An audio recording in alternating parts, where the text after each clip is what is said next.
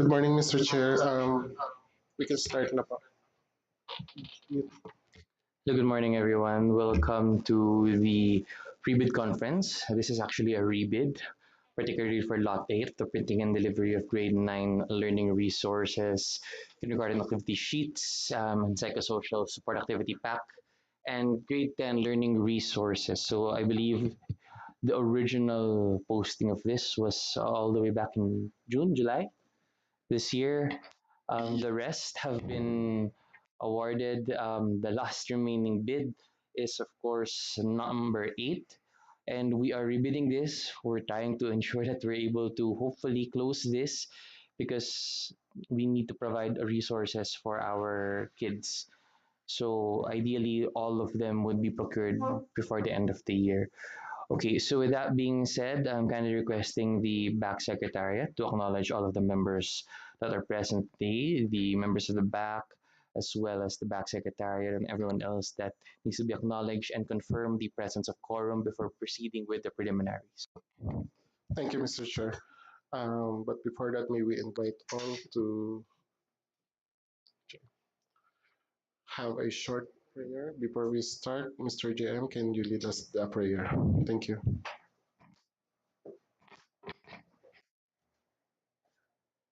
Let's bow our heads and feel the presence of the Lord. Loving Heavenly Father, we come to you this hour asking for your blessing and help as we are gathered together. We pray for guidance in the matters at hand and ask that you would clearly show us how to conduct our work with a spirit of joy and enthusiasm. Give us the desire to find ways to excel in our work. Help us to work together and encourage each other to excellence. We ask that we would challenge each other to reach higher and farther to be the best we can be. We ask this in the name of the Lord Jesus Christ. Amen. Thank you, Mr. Chair, for this pre-bid conference. The Bids and Awards Committee is the Bids and Awards Committee 3. Our chairperson now presiding is ASEC Dexter A. Galban. Joining our chair is our back three vice chairperson. Joining us online is Director Leila P. Ariola. Good afternoon, Director. Good morning, Director Lay. Good morning, Mr. Chair, and good morning, everyone. Thank you, Director Lay. Joining us also online is our back three regular member, Director Anna Marie Kalapit. Good morning, Director Anna. Good morning po. Good morning po. Thank you. Thank you, Director Anna. Joining us online, physically here is a provisional back member, Ma'am Bessie C. Agamata. Good morning, Ma'am Bessie. Good morning, Chair. Good morning, everyone. Mr. Chair, we already have a quorum and the back secretariat is now ready to take the minutes of this pre conference. Mr. Chair, we are also joined by our PWG members. Joining us physically here is Ma'am Dema Lustria. Good morning, Ma'am Dems. Joining us online is Sir Emil Celedonio. Sir Emil, good Good morning morning. po, Mr. Chair. Good morning po sa lahat. Thank you, Sir Emil. We also have, Mr. Chair, our end user representatives. First, we have Ma'am Marietta Publico. Good morning po. We also have Miss Maria Danieli Javier. Good morning po, Ellie na lang. Thank you, Miss Ellie. And last is Ma'am Shirley Gliponeo. From the back secretariat, we have Mr. the project in charge, Mr. Jeremy Baldelovar, Mr. Joel Faustino, and yours truly, Lauro L. Roberto Jr. Boog.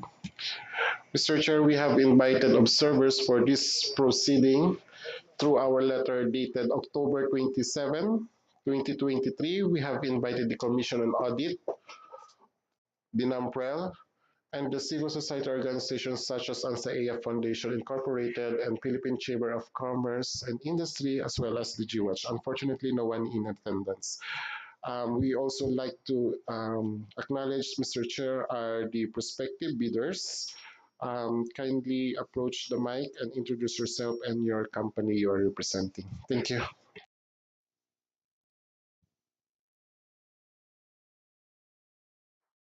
Hello, good morning everyone. I'm Javelin Agner from Beco Paper Corporation.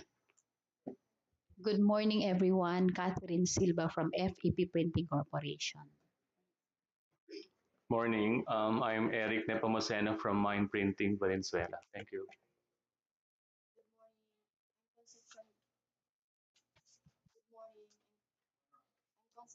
Gara representing Grand Smart Enterprise, Mandaluyong.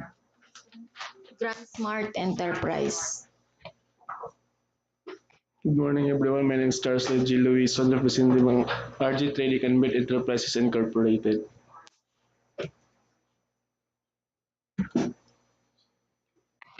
Thank you.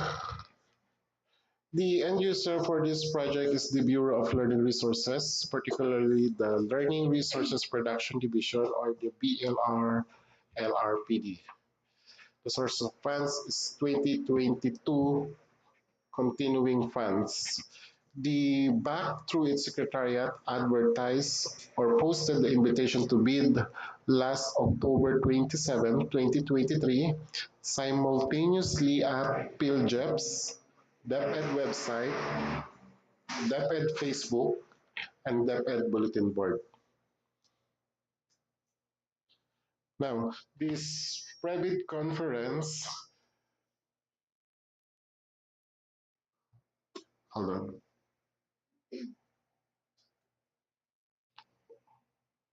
Paano ko mabasa to? The private conference is this is an initial forum where the procuring entities representatives and prospective bidders discuss the different aspects of the procurement at hand. Its main purpose is to clarify and address every prospective bidder's questions on different aspects of the procurement as contained in the bidding documents. This way, the prospective bidders or the bidders will fully understand the requirements, hence they will come or they will be adequately aided to come up with a responsive bid. Note that any statement issued shall not modify the terms unless in writing and issued through a bid bulletin or supplemental bid bulletin. Now, the approved budget for the contract for this project, this again, this is a rebid of lot number 8. This is a kindergarten activity sheets for zone 4 for regions 9, 10, 11, 12, and Caraga with a quantities or copies of 482,414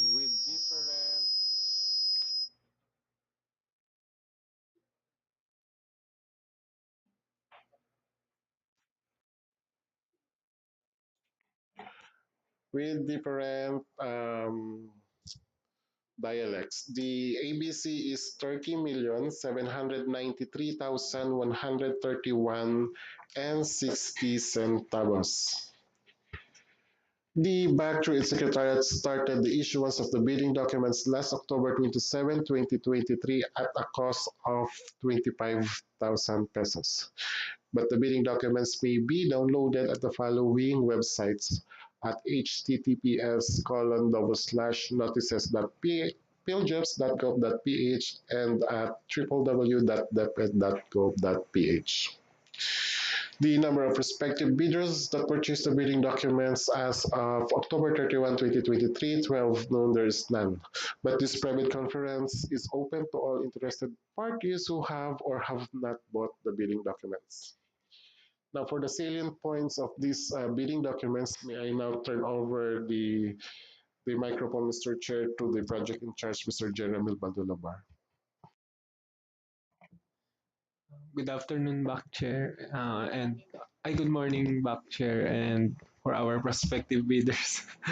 Now, for the invitation to bid and instruction to bidders, prospective bidders should have completed within a period of 10 years immediately preceding the deadline for submission of bids single largest completed contract or SLCC, similar to the contract to be bid and the value of which adjusted, if necessary, by the bidder to current prices using the Philippine Statistics Authorities or PSA's Consumer Price Index or CPI must be at least 50% of the ABC of the item bid for. Now, under BDS ITB Clause 5.3, page 18, for the purpose of the track record requirement, contracts similar to the project shall refer to the manufacturing of printed and bound materials. For this purpose, the similar contract or contracts should have been completed within a period of 10 years immediately preceding the deadline for the submission and receipt of bids. Now for BDS ITB Clause 7.1b, subcontracting is not allowed. Now for BDS ITB Clause 9, requests for clarifications for an interpretation must be in writing and submitted at least 10 calendar days before the deadline set for the submission and receipt of bids. The procuring entity's address is our BAC chairperson ASEC Dexter A. Galban, Bids and Awards Committee 3, care of tama ba, Procurement Management Service, Back Secretary Division, Room 511, 5th floor, Mabini Building, DepEd Central Office, Complex, Meralco Avenue, Pasig City. Telephone numbers are indicated and email address at depedcentral.backsecretary@deped.gov.ph. Consistent with Section 22.5.3 of the revised IRR of RA number 9184, posting on the PhilJEPS and the procuring entity's website of any supplemental or bid bulletin shall be considered sufficient notice to all bidders or parties concerned. Now for BDS ITB Clause 12, the price of the goods shall be quoted DDP or goods or the applicable international commercial terms for this project. Bid prices should be written in 2 decimal places only. Bid prices that are written in more than 2 decimal places shall be rounded off. Results of bid evaluation that will exceed the ABC shall be a ground for rejection of the bids. Now for BDS ITB Clause 14.1, the bid security shall be in the form of a bid securing declaration or any of the following forms and amounts. Now for this is for lot number 8 and our ABC is 30,793,131 and 60 centavos. Now if bid security is in cash, cashier's check, cashiers cashiers or manager's check, bank draft or guarantee or irrevocable letter of credit, 2% of the ABC must be submitted, amounting to 615,862.63 centavos. Now if bid security is in surety bond, 5% of the ABC must be submitted, amounting to 1,539,656 and 58 centavos. Now for BDS ITB Clause 14.2, bid securities other than a bid securing declaration shall be turned over to the DepEd Cash Division for custody. The bid securing declaration shall be for the custody of the Back Secretariat. The bid security shall not contain any deletion, crossing out, expunction, or any form of correction. Otherwise, DepEd may reject such security if any such intercalation or alteration affects any material information or feature of the document.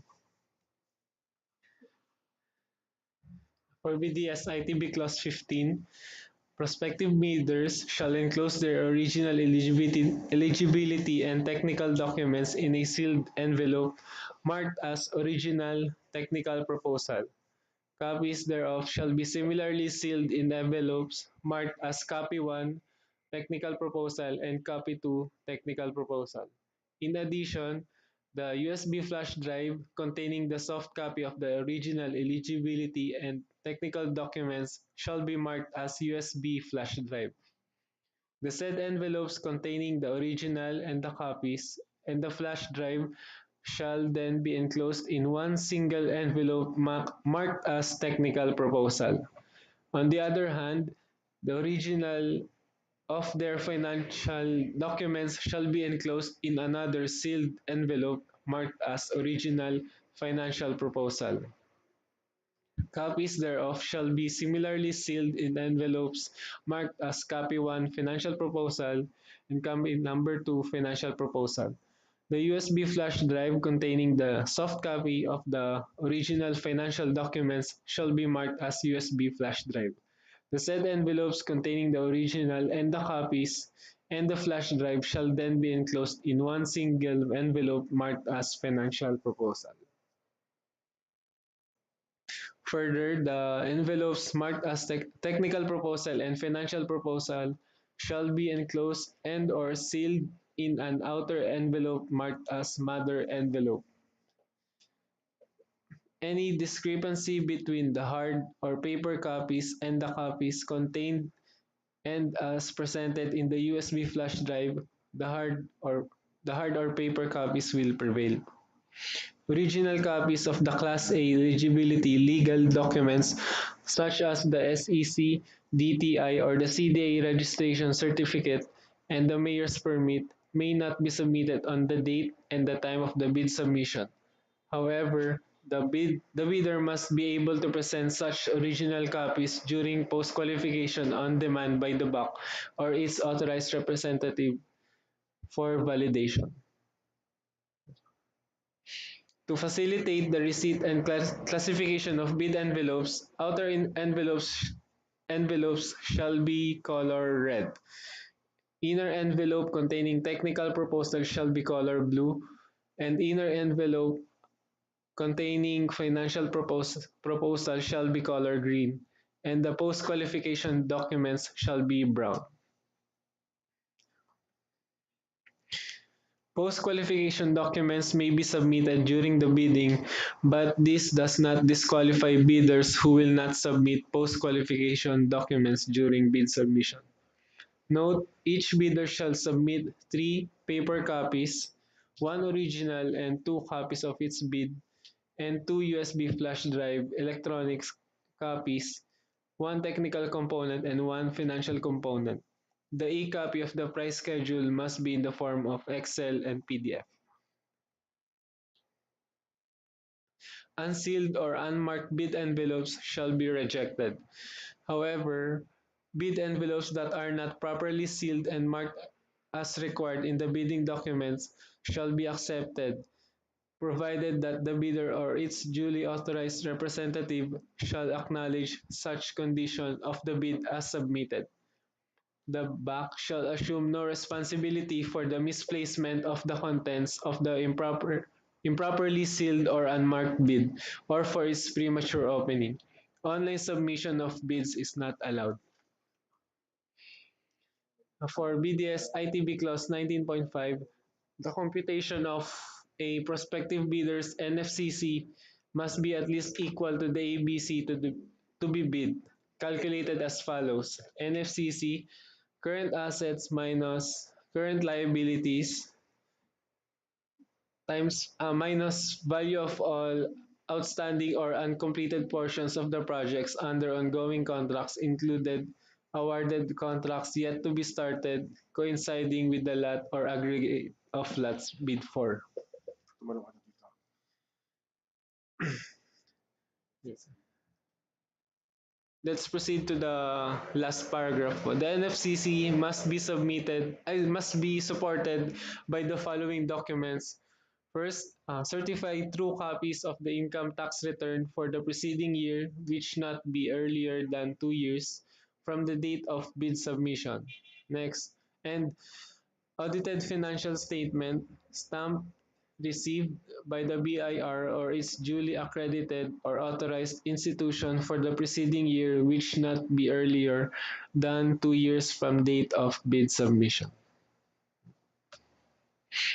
If the prospective bidder submits a committed line of credit, it must be at least equal to 10% of the ABC of the lot or lots bid for, provided that if the same is issued by a foreign universal or commercial bank, it shall be confirmed or authenticated by a local university or a universal or commercial bank. In any case, the NFCC computation or committed line of credit must be sufficient for all the items or contracts bid. The NFCC computation shall be in accordance with the prescribed form. Continuation. In case of a joint venture, the NFCC shall be computed based on the audited financial statement of the local lead partner, unless it is shown by clear proof that the other partners to the joint venture have infused capital investment to support the operation of the local lead partner to ensure compliance with the obligations under the contracts in this project, in which case the NFCC of the foreign joint venture or the minority partner of the joint venture shall be computed. For this purpose, the local lead partner shall be that person, organization, or company identified in the joint venture agreement or in the letters of intents for potential JV partners shown to have controlling stakes in the JV. For easier reference, participating JVs or prospective JV partners must indicate in their JVAs or letters of intent the local lead partner appointed by them. Oops. For BDS ITB Clause 20.1, within a non-extendable period of 5 calendar days from receipt of the bidder of the notice from the back that it submitted the LCB, the bidder shall submit the following requirements. First, the latest income and business tax returns, printed copies of the electronically filed income tax and business tax returns with copies of their respective payment confirmation forms for the immediately preceding calendar or tax year from the authorized agent bank. Only only tax returns filed and taxes paid through the BIR electronic filing and payment system or EFPS shall be accepted.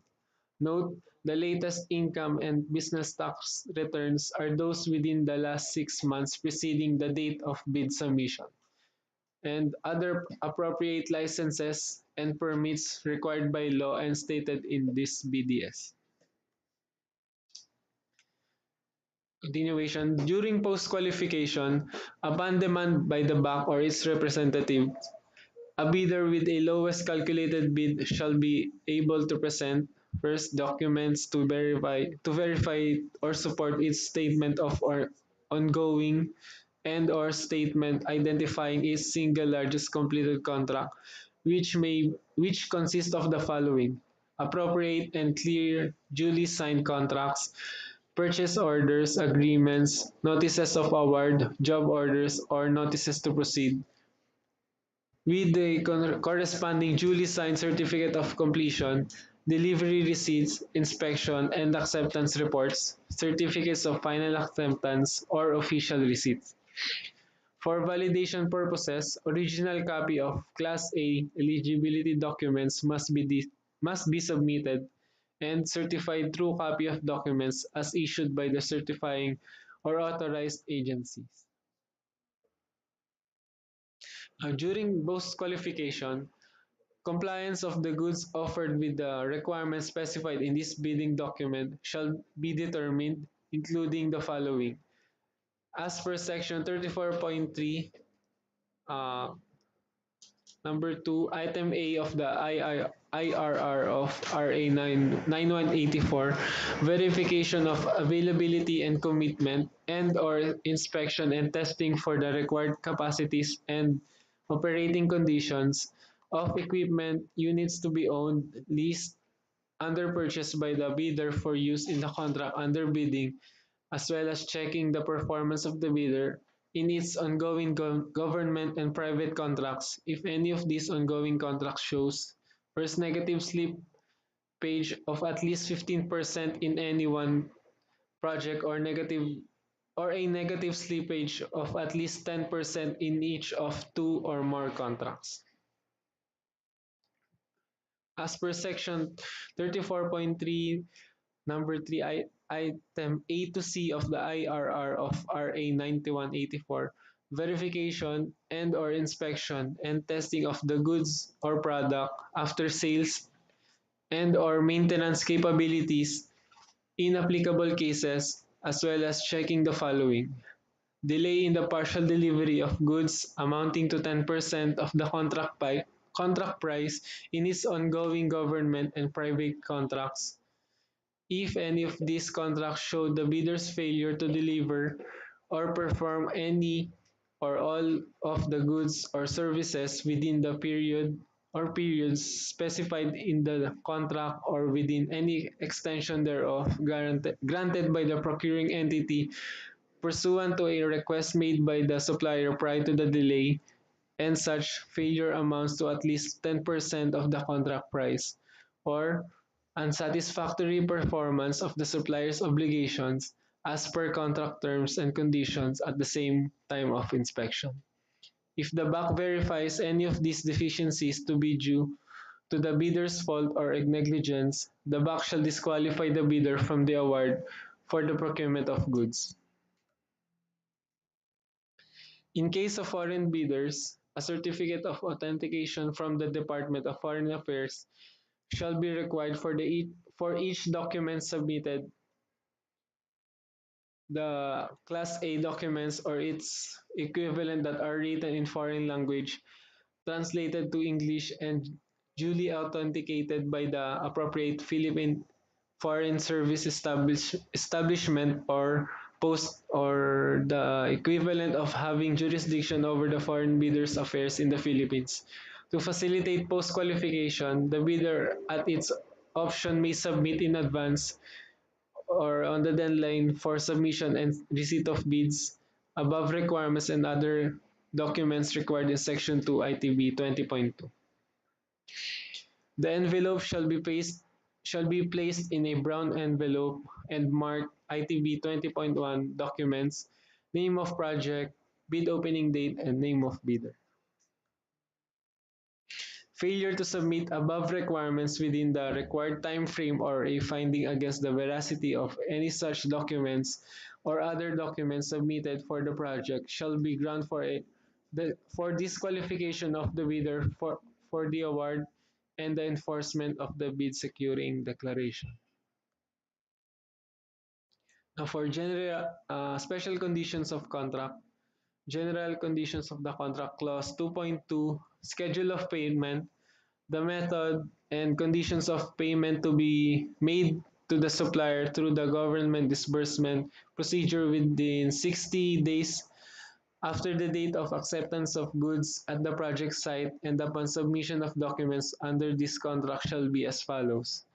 The supplier may submit a request for payment based on progress reports, which shall be attached to the progress billing and include the following: actual quantity of goods delivered based on the schedule of delivery and other relevant terms of conditions of the contract, duly signed delivery receipts, duly signed inspection and acceptance reports, including certification by supplier as approved by the duly authorized DepEd representative that the goods have been delivered and or properly installed and commissioned in accordance with the contract, sales invoice, warranty certificate, bank certificate with a valid account excuse valid account number for LDDAP, request for payment, and other documentary requirements as may be required under existing accounting and auditing rules and regulations and other issuances.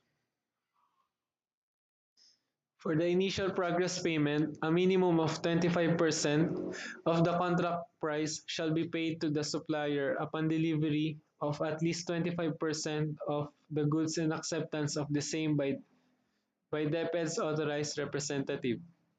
Final payment shall constitute a release of the retention money in case of expiration of the warranty period or the remaining amount in case it has been utilized pursuant to the warranty provision.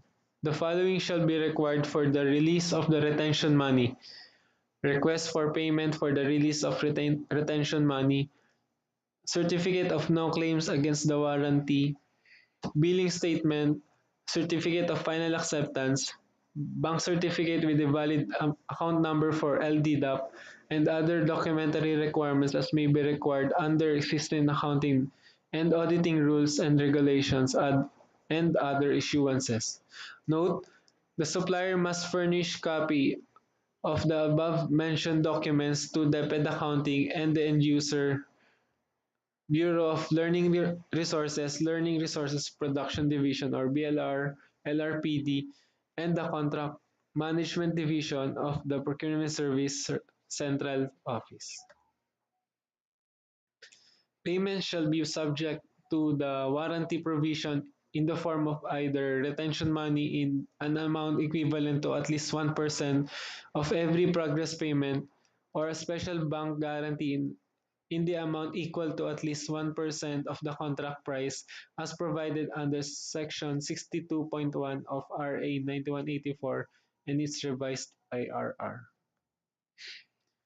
Now for GCC, Special Conditions of Contract Clause 3, Performance Security. The performance security shall be posted in favor of DepEd and shall be forfeited in the event it is established that the supplier is in default of any of its obligation under the contract. The supplier shall be responsible for the extension of its performance security and or renewal of its performance security whenever necessary and or without need of prior notice or instruction from DepEd to ensure that it is in force and effect for the whole duration of the contract delivery period and until a certificate of final acceptance is duly issued. The performance security shall not contain any deletion, crossing out, expansion, or any form of correction. Otherwise, DepEd may reject such security if any such intercalation or alteration affects any material information or feature of the document. Now for GCC Clause 5 warranty, a comprehensive and on-site warranty for 3 months for the goods will be applied. The said warranty period shall recon from the date of issuance of the certificate of final acceptance by the DepEd and the delivered goods have been duly inspected and accepted. The obligation for the warranty shall be covered by retention money in an amount equivalent to 1% of every progress payment or a special bank guarantee equivalent to 1% of the contract price.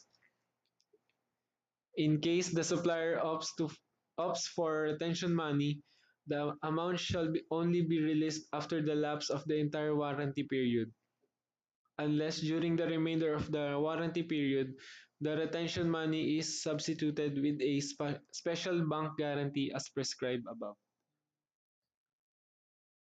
The special bank guarantee shall not contain any deletion, crossing out, expansion, or any form of correction. Otherwise, DepEd may reject such security if any intercalation or alteration affects any material information or feature of the document. Now, for the schedule of requirements, list or description of goods or services, the delivery schedule expressed below stipulates the date of delivery to the project site. Now, this is for lot number 8, description, kindergarten activity sheets, zone 4, for regions 9, 10, 11, 12, and CAR or Caraga, with a quantities of 482,414 for the delivery period 90 calendar days from the date of the receipt of the authority to mass print or AMP. For contract completion period shall be made within 90 calendar days from the date of the receipt of the authority to mass print or AMP. And delivery sites, the goods shall be delivered and inspected at the following delivery sites. For kindergarten activity sheets only, delivery site is district offices. Now for the technical specifications, bidders must state here either comply or not comply against each of the individual parameters of each specification, stating the corresponding performance parameter of the equipment offered.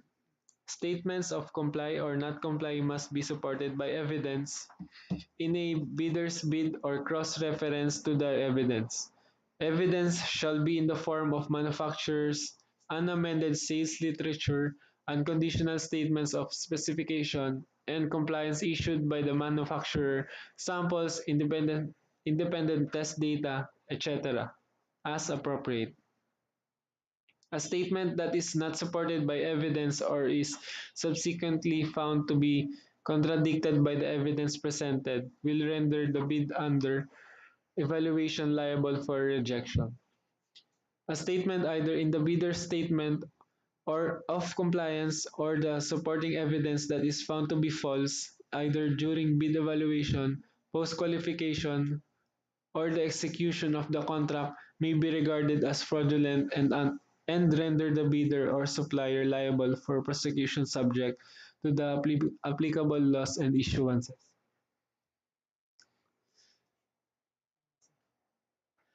Now for technical specification, item 1, specification, certificate of paper test result from Forest Products Research and Development Institute or FPRDI or the manufacturer of paper which must be issued within 3 months prior to the date of the deadline for the submission and opening of bids for this project. In case the certificate is from the manufacturer of paper, the same shall secure a certificate from FPRDI. Any paper attributes that FPRDI cannot process, there must also be a certificate that states their incapability to proceed, detailed as follows. Cover page, fold coat caliper 12, 236 GSM solid white or better. For inside pages, standard newsprint or class A, 48.8 GSM or better. For brightness, 55%. For opacity, 90%. Note, acceptable paper tolerance for basis weight or GSM, brightness and opacity is -3%. Number 2, for second technical specs, detailed printing or manufacturing, binding, revising, packaging, and delivery schedules for evaluation of the capacity to complete the project within the project duration. Lastly, list of machines and equipment including its capacity or estimated outputs per day to be used for the project.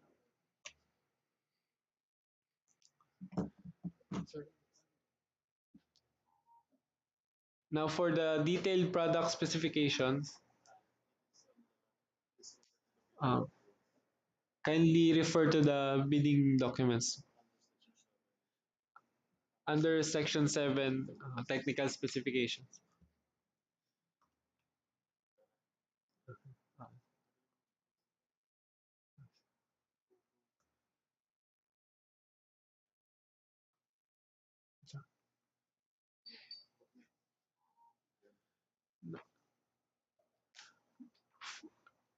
For no contact rule, section 32.1 of the IRR of RA 9184, members of the BAC, including its staff and personnel as well as its secretariat and TWG, are prohibited from making or accepting any communication with any bidder regarding the evaluation of their bids until the issuance of the notice of award.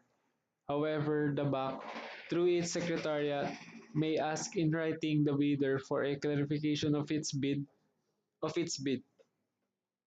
All responses to requests for clarification shall be in writing. For deadline for submission and opening of bids, November 15, 2023, 1 p.m. Venue, BCD Conference Room, 3rd floor, Bonifacio Building. Late bids shall not be accepted.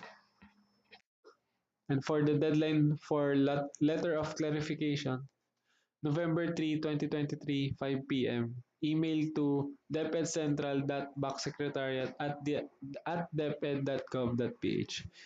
Note, please use your official business email in sending your queries and or clarifications. Floor is now open for queries. Mr. Chair.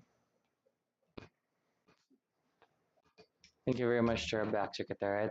Before we open the floor for queries, I'd just like to confirm two things now for confirmation and so that we have it on the record. Our TWG for this particular lot is the same as the TWG for the other lots that we've had prior. Later, Mr. Chair, we will discuss this within an internal meeting within BAC, Okay, Mr. Chair. perfect. And then let's just ensure that we will be even clearer when it comes to detailing information regarding the bids so that there would be no area of confusion, particularly when the contract started, when the contract was granted, when is the end of the contract as per the documents, when was the actual completion of past projects. So, because those can mean different things, just so that we avoid any confusion or ambiguity when evaluating the documents, because as much as possible we want them to submit complete documents if we don't want them to have any reason or any grounds for disqualification just because of inaccurate or misinterpreted contents in terms of the guidelines of particular dates. So very particular tayo when it comes to dates. When was the contract started? When did it actually, when on paper was it supposed to end? When did it actually end? Meaning the final dates of deliveries, and when were they paid, among others, and when will it be considered closed? So if you can detail all of those particular components, that would be best so that we avoid ambiguity. So we don't have to argue amongst ourselves regarding compliance of such, whether it should be included among other things. So yeah, we now open the floor for queries.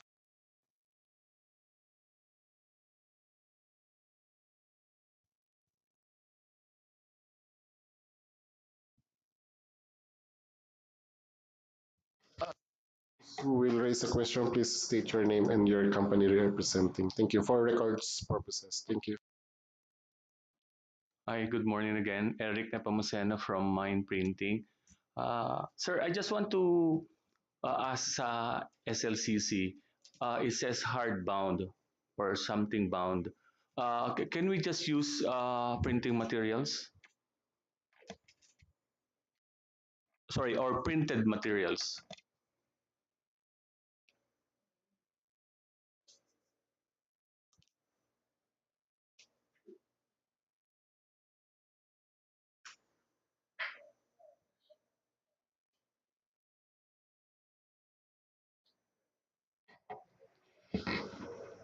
Mr. Chair, there is a request for the similar that the similar largest completed contract also include or accept manufacturing of printing materials only. Printed materials. Printed materials only and no bound materials. Since this is not bound, ano yata to, saddle stitch po ba? Can we, Mr. Chair, can we ask the comment from the end user, Mr. Chair? I'd like to request our end user to provide feedback regarding the query of our potential bidder, and also if there's any feedback from any members of the back.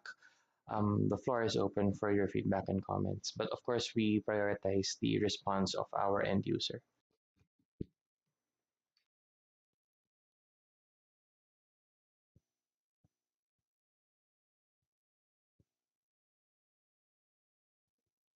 Binding is perfect binding. Yes, ma'am. Actually, we have projects na may perfect binding but hindi siya naka-elaborate sa title. Okay. For the title, yung ano nyo, if pwedeng baguhin. For example, ma'am, like printed materials like books.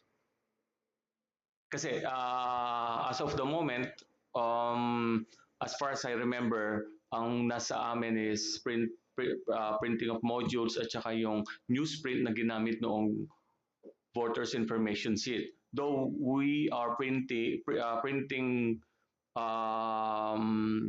nasa printing industry kami na we have a perfect bind na kaya namin kasi gumagawa kami ng libro. It's just that we don't have Bound. na title. Okay.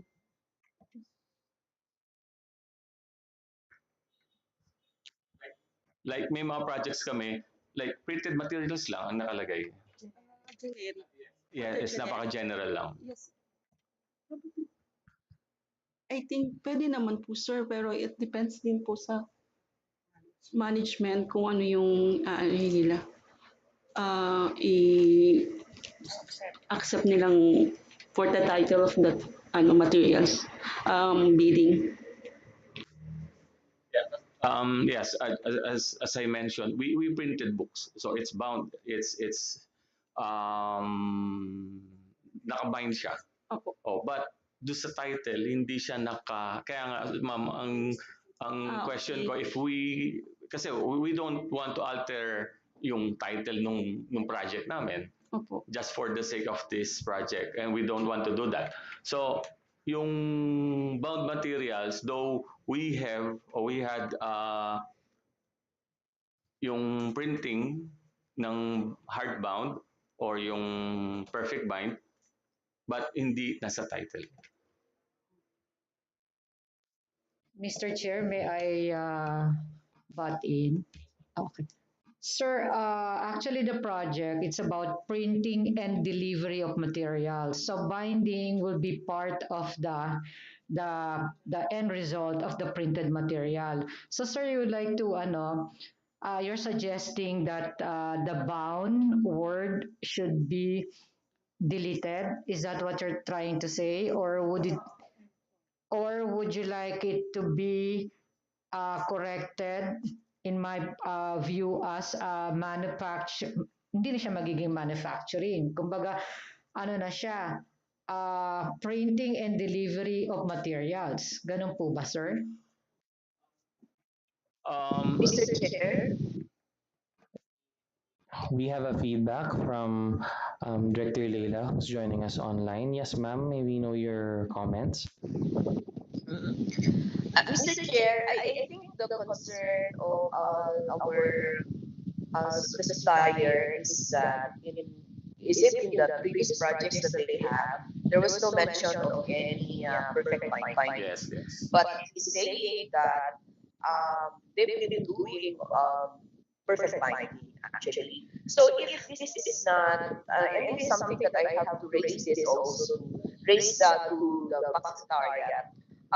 Just like what we do, the in our title, we do not actually mention of any perfect finding or whether it's hard found or what. But these are found. This particular specification is found in the in the in the specs that we provide.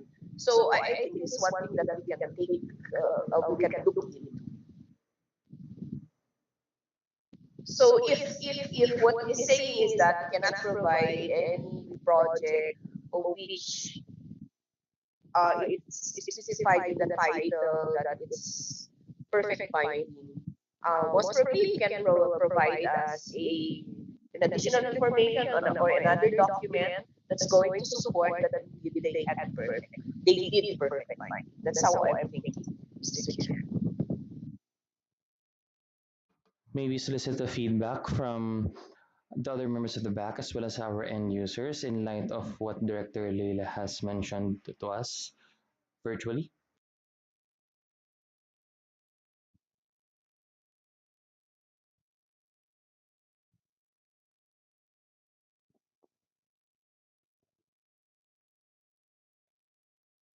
We will be deferring to the needs of our end user as well as, of course, the expertise that can be accorded to us by our members.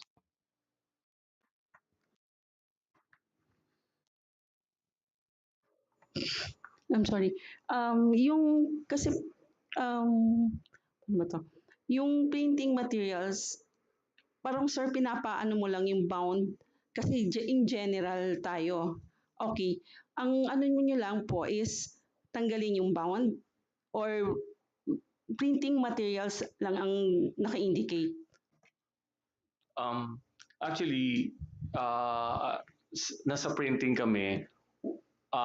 Sa part of ng bid docs natin, meron tayong instruments or the mga machines, list of Yes. machines. Opo. And then we can provide, actually dalawa yung perfect binding namin. So we can provide the perfect binding na pwede namin gawin.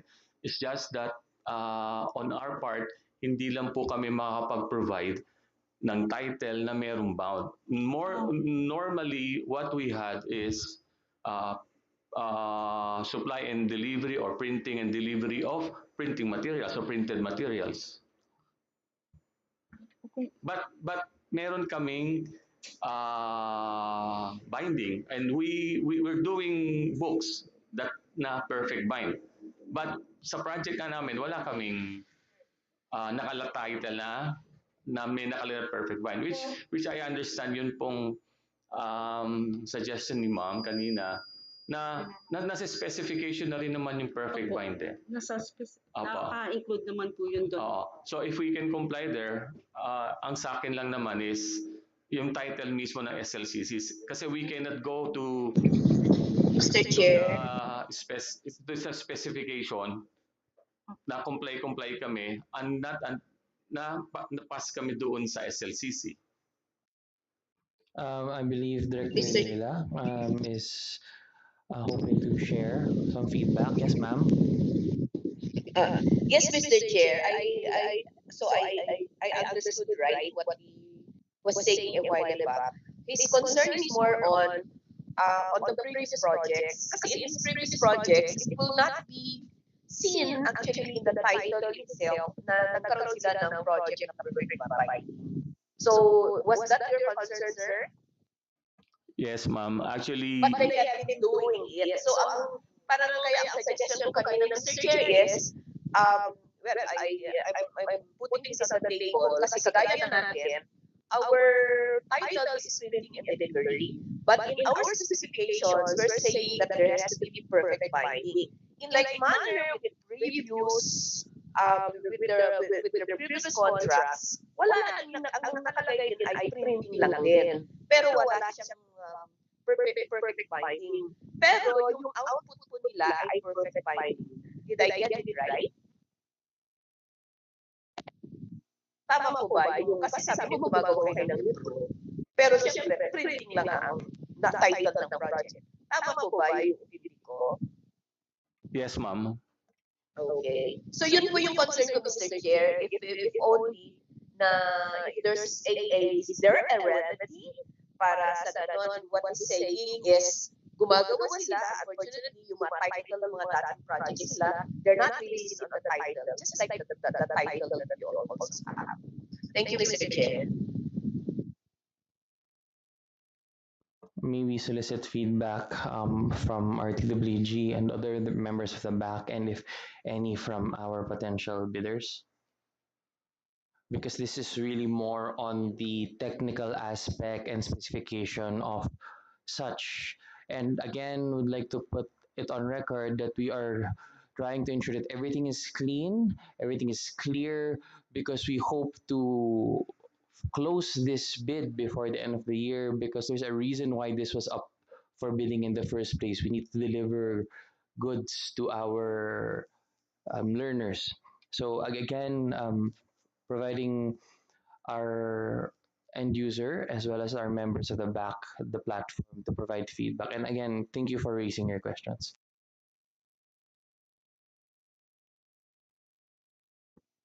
Mr. Chair, definitely I agree with Ma'am Leila. The project should be printing and delivery of learning resources because bound is part of the technical specification. So it's either perfect or saddle stage. But for this project, we have perfect binding, which should not be articulated as part of the title. Mr. Chair, Mr. Chair, Yes, Director Leila. magbatin lang ako, interrupt ko lang si Ma'am Bessie. Ma'am Bessie, I think ang concern ng ating supplier ay hindi yung present title natin ngayon. I think ang concern niya is yung sa previous contracts nila. Tama ba po, sir? Will you please correct? Baka hindi rin na lang tayo nagkaintindihan. Hindi Yes, niya ma'am. concern actually yung present na title natin ngayon. Kasi in our kagaya natin ngayon, our present title is printing and delivery. Yung perfect binding is not found on the title, di ba?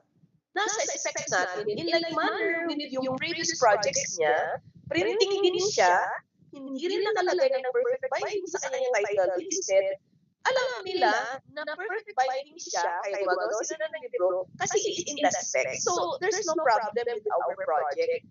Ang concern lang po, sir, is more on the previous projects. I think that's going to support his spirit ngayon. Tama po ba yun, sir? Yes, ma'am. As part of our single largest contract, which is completed last contract. SLCC niya lang ang Yes, ma'am. concern niya. Yes, ma'am. Thank you. So, it's not our project na kinakailangan nating palitan ng title. No, he's not saying that actually. Yes, ma'am. Mr. Chair, thank you. Yes, Ma'am Leila, that's understandable. Actually, what was shown there, he just stressed the project, the manufacturing of printing and bound materials. That was the point of argument, ma'am. But we are not suggesting, ma'am, that the title of the project will be changed. And not also part of the slide, ma'am, the word perfect binding, because the perfect bindings are explicitly explained and stated in the technical requirements, ma'am Leila. Thank you po. Sir Lauro. That's exactly what I'm saying, Mr. Chair. Oh, no, it's not actually stated in the title, but it's in the specs. So similar with his previous projects. That's what he's saying. That's what he's wanting to convey to us actually. Thank you. Mr. Chair, if I may po, Emil Celedonio. I believe member for TWG. Okay, yes, sir. I Yes. think you may be able to elucidate a bit more regarding this. Thank you. Yes, sir. Bali yung pong supplier ang tinatanong niya is yung base lang dun sa similar contract na requirement natin na nakalagay ata sa similar contract ay bounded.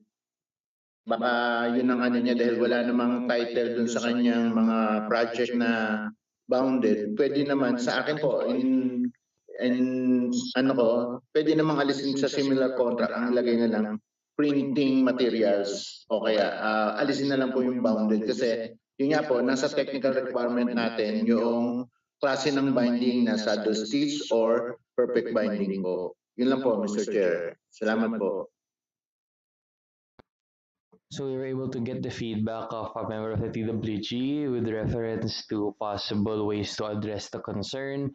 May I solicit feedback from the members of the back with regard to viable options to possibly reframe, retool, or clarify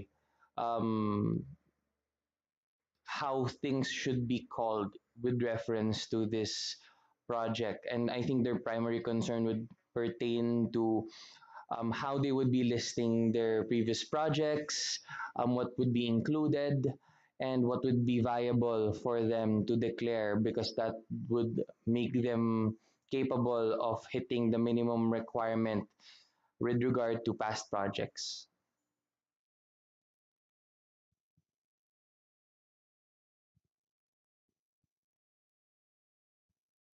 Mr. Chair. Yes, Director Leila. Mr. Chair, I think we have the same understanding with that of our TWG member.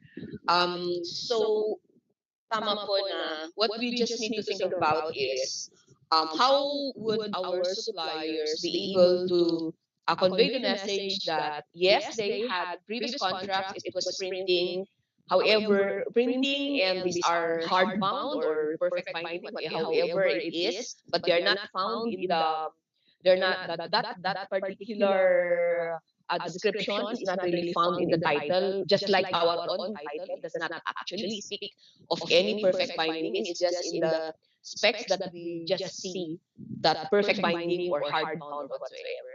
So I think, Mr. Chair, we have to ask back Secretariat how all this should be presented so that when when the reviewing documents will again be evaluated, we'll not just be looking at the title. Instead, we'll be looking at the nature of the project itself. How I don't know how what particular document should be attached most likely. Thank you, Mr. Chair. Thank you, Director Leila. Soliciting feedback from our back secretariat and or members at the back with reference to the best way to proceed, given that we want this to be clarified so that we can already proceed. Mr. Chair, if I may. The purpose of um, putting the bound materials for that similar contract during pre-procurement conference for this project, the end user recommended this. We want a supplier or a bidder na may track record na nagpiprint ng materials at nagbabound ng printed materials. Ayaw natin pasukin, ayaw nating pasukan tayo ng mga ordinary printers na nagpiprint lang na halimbawa calendars pero hindi naman nagpiprint. Hindi naman siya nagbabind. So pwede siya sumali kasi nagpiprint siya ng materials ng piniprint na hindi binabind. So yun, kaya nilagay natin yung bound materials. Now, if you are worrying about your single largest completed contract, na talaga namang book siya, na talaga namang siyang SLMs or modules na wala lang sa title, no need. I mean, it doesn't necessarily na nasa title because during evaluation, pag in-evaluate ng TWG or ng BAC yung single largest completed contract, doon namin malalaman na part of your contract is not only just printing, na binind nyo din pala siya, na naka-saddle stitch na siya whatsoever. So I guess kaya po naging printing of printed and bound materials kasi yun nga po yung hanap namin sa mga prospective bidders, not only just printers but nagbabind ng mga printed materials. Pero hindi what do you call that? Hindi naman necessary na kailangan nakalagay sa title ng single largest contract mo na bounded yung pinrint mo. Because during bid evaluation, pag in-evaluate ng TWG yan, malalaman nila na yung single largest contract ay nakabind at may part din siya na ginawa yung bind na materials. And not only that, aside from that, just as for the SLCC, we will also evaluate you kung andyan nga yung mga machines mo na that can use to bind these materials. So, hindi niyo siya dapat alalahanin kung nanyan siya o wala doon sa title ng contract mo, but instead, dapat nandun sa kontrata mo or nandun sa na itong product na to ay kasama ang binding para i-evaluate ng TWG, makakapasa siya. Kasi makakapasa siya doon sa ating requirements na manufactured, printed, and bound materials. Hindi natin pwede tanggalin yung bound kasi during pre-prop nga napag-agrihan natin na hindi kailangan tayo pwedeng pasukin ng just ordinary printer na nagpiprint lang ng kalendaryo na hindi naman nagbabind. Yun lang po, Mr. Chair. Thank you very much to our back secretariat. So I just like to put this on the record, no? We just have to highlight the fact that your submissions are actually minimum requirements. You're free to add. You're free to provide additional supporting documents, justifications, and explanations with reference to your current and or past projects. So basically what this hopes to highlight is that this would be viable as a baseline, but if you believe that there are projects that may be considered for evaluation of the TWG, then please feel free to include them as attachments or supplementary materials. So if I remember correctly, I would see variations in the submissions. May maninipis talagang iba, all attachments sinasama nila. So I believe you're free to do so that they can also have it on the record that you complied with the minimum requirements, but there are some that you might not be sure of in terms of whether or not they would be counted, you may be able to add them also as supplementary or additional files that might be or should be, let me correct that, should be reviewed by the TWG as possible inclusions also for eligibility. Would that be sufficient for the part of both our potential bidders as well as the members of the back? And may I solicit some feedback? Mr. Chair, Yes, Director Leila. yes, I absolutely agree with you, Mr. Chair, that where they are allowed to provide us additional documents to support just the title, then that's okay with me. That's perfect. That's perfect for them to do. Thank you, Mr. Chair. Thank you, Director Leila. Any other questions or feedback? We welcome any and all of your questions and clarifications. Because again, we hope that you will be able to bid so that we'll be able to procure such for our learners. And any other questions? Yes, ma'am. Yes, ma'am.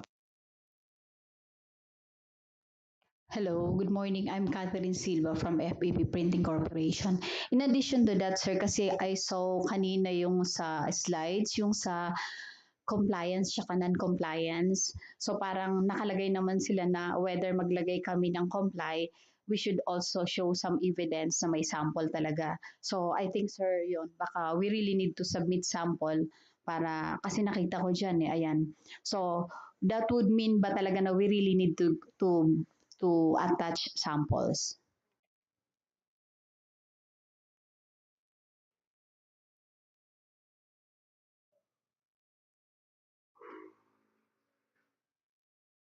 Yeah.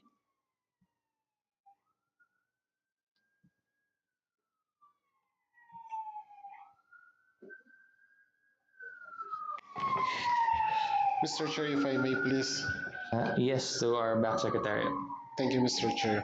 Now, for the compliance with the technical specification, it is reiterated here that not only just to indicate your compliance, but you have to also submit an evidence that you really comply with each parameter of the technical specifications of the kindergarten actor sheets. So any evidence that shall be in the form of might be samples, manufacturers, or independent, yan yung lang po, para lang masuportahan yung inyong um, pag-state ng inyong comply.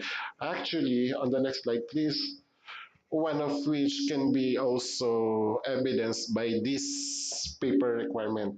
So, nag-require na kayo sa mga machines nyo pa or sa other ano nyo pa, paano nyo siya ma masusuportahan na compliant yung inyong yung technical specification natin. Kasi sa technical specification natin, go, go. Yan. The technical specification is purely or mainly in sa mga papers like cover a fold code caliper 12 with a GSM of 236. The inside pages is a newsprint 48.8. So magko-comply kayo dyan. What can you submit an evidence na nagko-comply kayo dyan sa 236 GSM, sa 48 GSM? One of the best example is the paper test materials. So, dun pa lang pwede ka nang mag-comply. Pero kung may i-add pa kayo para masatisfy nyo yung hinihingi ng ating batas na more, na the compliance must be evidenced by any of that documents. Did I answer the question? Yes. And one more question po, yung regarding sa certificate of test result. Kasi usually yung sa FRDI, we submitted yung test result, but the absence of opacity kasi wala silang machine. Kasi nakalagay doon or the manufacturer of paper. So would that mean we need to submit from the FPRDI? And then since wala silang opacity kasi yung machine nila is not functioning, we have to secure also manufacturer certificate. Kasi sir, in additional or ang nakalagay eh. Yes, I think we need to clarify this because this can be again a cause of confusion for our potential bidders, no? So the go-to entity for testing is FPRDI, as mentioned here, but it has to be made clear that in the event that they are unable to provide such, then it would be mandatory for the bidder to provide additional, well, justifications or paperwork that would somehow reference their capability to comply. I think this was one of the considerations during the discussions of the other bids before. I would defer to the members of the back with reference as to how we may provide further guidance regarding this. Again, with the intent to avoid any and all confusions about this possible issue. And we Mr. also Chair, solicited Emil feedback from Salidor po, if I the may. TWG and the end user. I believe our TWG member online seeks to provide feedback. Yes, sir. Yes po sir. Since hindi capable, nag-i-issue naman po si FPRDI sa mga bidders na yung opacity and brightness ay hindi pa available yung machine nila. Kailangan mag-secure po sila ng manufacturer certificate na sinasabi na yung isusupply na papel sa mga bidder ay itong compliance na sa cover 236 GSM, sa inside pages na newsprint ay 48.8 GSM with opacity na 90% and brightness of 55%. Then, kailangan din po na yung paper na ibibigay ng manufacturer ay submit din po sa FPRDI para sasabihin din po ni FPRDI na itong manufacturer na sinabit ng manufacturer na nag-certified sa kanila ay ganun pa rin po na basis weight lang ang kaya nilang testingin at hindi nila natetest yung opacity and brightness po. So, yun po sir. At manufacturer, ang kailangan po manufacturer, hindi po mga distributor. Yes, I think that needs to be highlighted. No, Manufacturer. the manufacturer be the issuing entity, not a distributor, because Yes, sir. the issuing entity would need to check if they actually have the expertise to do so. So manufacturer, not distributor. Even if they're a large distributor, manufacturer must be the one to provide such documentation for clarity purposes. Again, thank you for raising your questions. Thank you so much. We are very appreciative of them. Please let us know if you have any more, and hopefully malinaw para maayos yung bids, para ma-push natin yung procurement. Yes, ma'am. I believe I have a question. Sir, since kasi sir ito rebid, so do we still need to buy bidding documents? Since na-rebid lang po ito or are you Yeah. considering us? Kasi kami nagbid na kami dati pa. Okay, so this is with reference to being a previous bidder of the original set, right? Uh, for the technicalities regarding that, it's more on the administrative already. I'd like to seek the guidance of the back secretariat and probably even members of the back with reference to previous ways that the back accorded such, more so when it comes to rebids. Because I understand where the question is coming from, given that they already bid before, no? So they are basically already familiar with the information needed and then all of the things that needed to be submitted. So kindly soliciting advice from the back secretariat and the members of the back. Mr. Chair, if I may. Okay, since this is a rebid and different project yung una, and sa amin yung cost ng cancellation, you can refund the bidding documents doon sa una nating bid. Kasi ang cancellation is due to us. Kami ang nag-cancel. Hindi naman siya na-failed. Hindi naman siya na... So you can refund yung amount na binayad niya doon just for this lot. Now, since na-rebid ito, nagkaroon siya ng separate bidding. Mahiwalay na siya doon sa maraming kasabayan niya. Kaya yung ABC niya ay nag-fall na sa bagong amount ng bidding documents as prescribed by the IRR of RA 24. So the 30 million, nag-fall siya doon sa amount na dapat sa maging bidding documents. Since naging isa na lang siya, kaya may bago siyang amount. Pero yung previous ninyo pong bidding documents na binili doon na na-cancel, eh pwede nyo pong i-refund. I-refund meaning hindi nyo pwede siyang dagdagan kasi we have a separate bidding na. This is a rebid, iba yung naunang bidding. So kung ang bidding documents nun ay 5,000 yata or 10,000, ay dito ngayon 25,000, hindi mo pwedeng dagdagan 10,000. Separate magbayad ka dito sa rebid kasi this is a separate project na, a different project na, but you can refund the old na inano nyo kasi yung cost nga ng cancellation is due from DepEd at hindi dun sa, hindi siya nag-fail. Mr. Chair. So that's really more of a procedural. So yung balik, the processing of such will be on your end na. But we will follow the process wherein refunds and all of those other considerations can be facilitated. Hopefully that provided you with sufficient guidance. Any other questions? Yes, sir, of course. Like, dun, dun sa drop-off points, na-mention lang dyan, though I didn't nababasa pa yung bid docs. Ang nakalagay lang doon, division offices. Can I know how many division offices yung, sorry, district offices?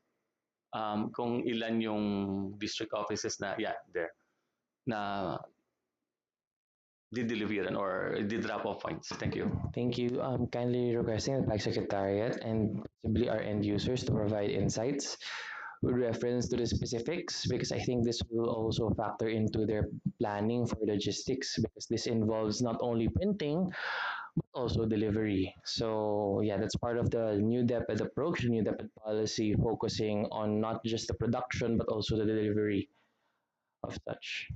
So I believe this is tama ba? 10, 11, 12?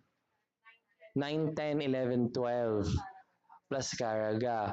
Okay, so yeah, how many districts will we be sending? What's our latest count?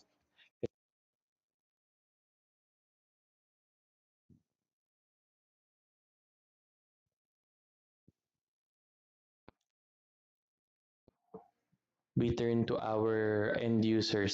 So I believe you are more familiar with the exact number of districts that we will be sending the resources to. In the interim, if you have any other questions, you may already um, begin preparing them. If they will still take some time in terms of being able to provide the answer to that, we can accommodate probably another question. But if you have the answer now, ma'am, we can let them know.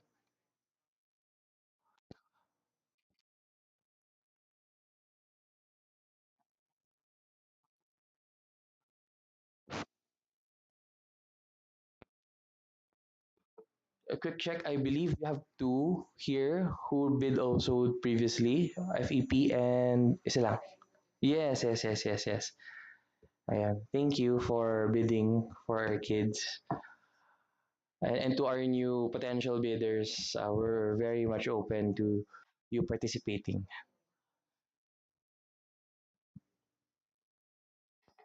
Mr. Chair, if I may please. Yes, Black Secretariat. Thank you, Mr. Chair. Part of the posting in the PhilJeps and the DepEd website is the bidding documents, and part of the bidding documents ay meron siyang mga attachment. Annex A will be the BIS or the bidder's information sheet. Annex B is the inspection sampling, anong patawag doon? Sorry. Sampling, inspection sampling. Then we also attach the detailed number copies to be printed per region. So number of copies na. Pero wala dito yung tinatawag nating allocation list. So we will provide you, I guess, through a bid bulletin and as soon as possible para para malaman nyo kagad kung ilan yung district offices na pupuntahan itong mga kindergarten activities. We failed to include the allocation list for this project, Mr. Chair, but we will issue this as soon as possible, perhaps by Monday, a bid bulletin that will give them or that will know them kung ilan yung district offices na pupuntahan po dito. Mr. Chair. Okay, thank you very much. But if there's already a bit of information for them, because maybe they will start preparing this weekend, if that would be the case, yes, to our end user, how many districts? Mr. Chair, may I po. Based po dun sa allocation list na nabigay, bali hindi, nagbigay po kami ng allocation list sa kanila. Pero dito po sa hawak ko na allocation list, more or less po 200 yung district offices from Region 9 to Caraga po. So 200 districts. Okay. So 9, 10, 11, 12, and Caraga. Yes po. Kagaya po ng sabi ni Sir Lau, ibibigay na lang din po namin yung copy para rin po alam nila yung specific kung ilan po talaga yung pinakang bilang. Great. For verifying. That would be great. Thank you very much. So for your reference, and again, kindly emphasizing again that when you pass your documents, please indicate pertinent details, right, with regard to ongoing completed projects, etc. Actual information from the contract, when was the actual last delivery date, or any other information that would be required to avoid ambiguity. Para lang din mabilis din ma-process ng back to avoid discussions already. Thank you. Yes, ma'am. Mr. Chair? Yes, Director Leila. Before we Mr. Chair. have a question. Yes, ma'am. Yes, Mr. Chair, may I just add to that? Because of course we're wanting that we be successful in this particular project. We remind them for an accuracy of whatever information that they provide us, especially dates. Thank you, Mr. Chair. Thank you, Director Leila. Yes, please peruse and review your documents very well, because even just a little error, your registrations, please verify what they are, what are you authorized to.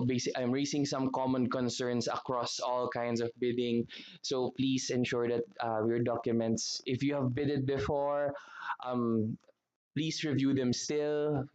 Some information might need to be updated, your representations, anything that might be considered erroneous, para hindi ma-disqualify ang mga bidders because of possible clerical errors.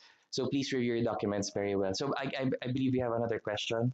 Just to clarify lang, kasi yung sa website, though wala kasi ditong price schedule, yung nakalagay kasi sa website, nakalagay price schedule, parang iba yata naka-attach. Pasuyo na lang, paki-check. Thank you.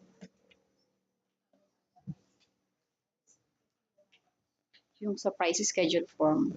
May I ask, Mr. Chair, sang website? Is it DepEd website Opo, or sa the DepEd JEBS? site. Sa DepEd DepEd website. Opo. Thank Noted you. on that, Mr. Chair. Yung attachment lang. Can you click the price schedule? Ano lumalabas? Basta hindi siya price schedule ay parang ano iba. Meanwhile, since baka may mali lang sa DepEd website, Mr. Chair, ang balikan nyo is yung nasa PhilJobs kasi sa PhilJobs pa may naka-post na. But we will also check on the posting sa DepEd website. Baka nagkamali lang yung nag-post. Yes, please. To provide as much assistance to our potential bidders, no?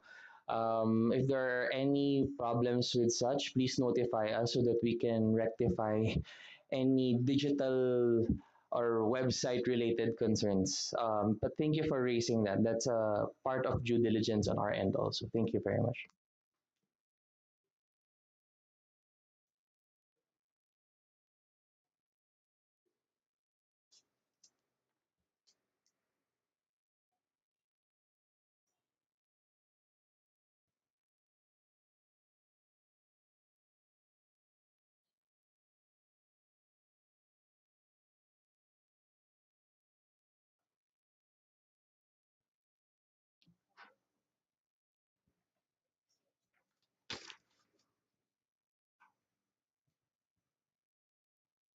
Do we have any other questions, clarifications? Please ask your questions now because we hope to guide you.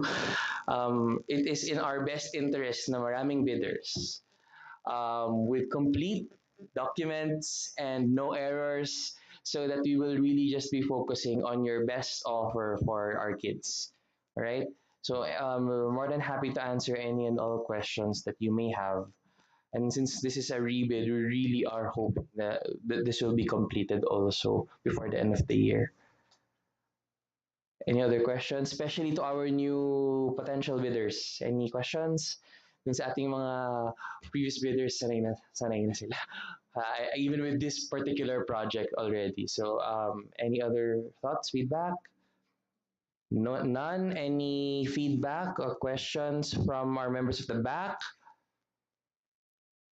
So, online or in person? None for the None so far, Mr. Chair, from my end. okay, so none from Bessie, none from Leila. Um, with that being said, no questions to be answered. So I defer to the back secretariat as to what we can do as our necessary next steps.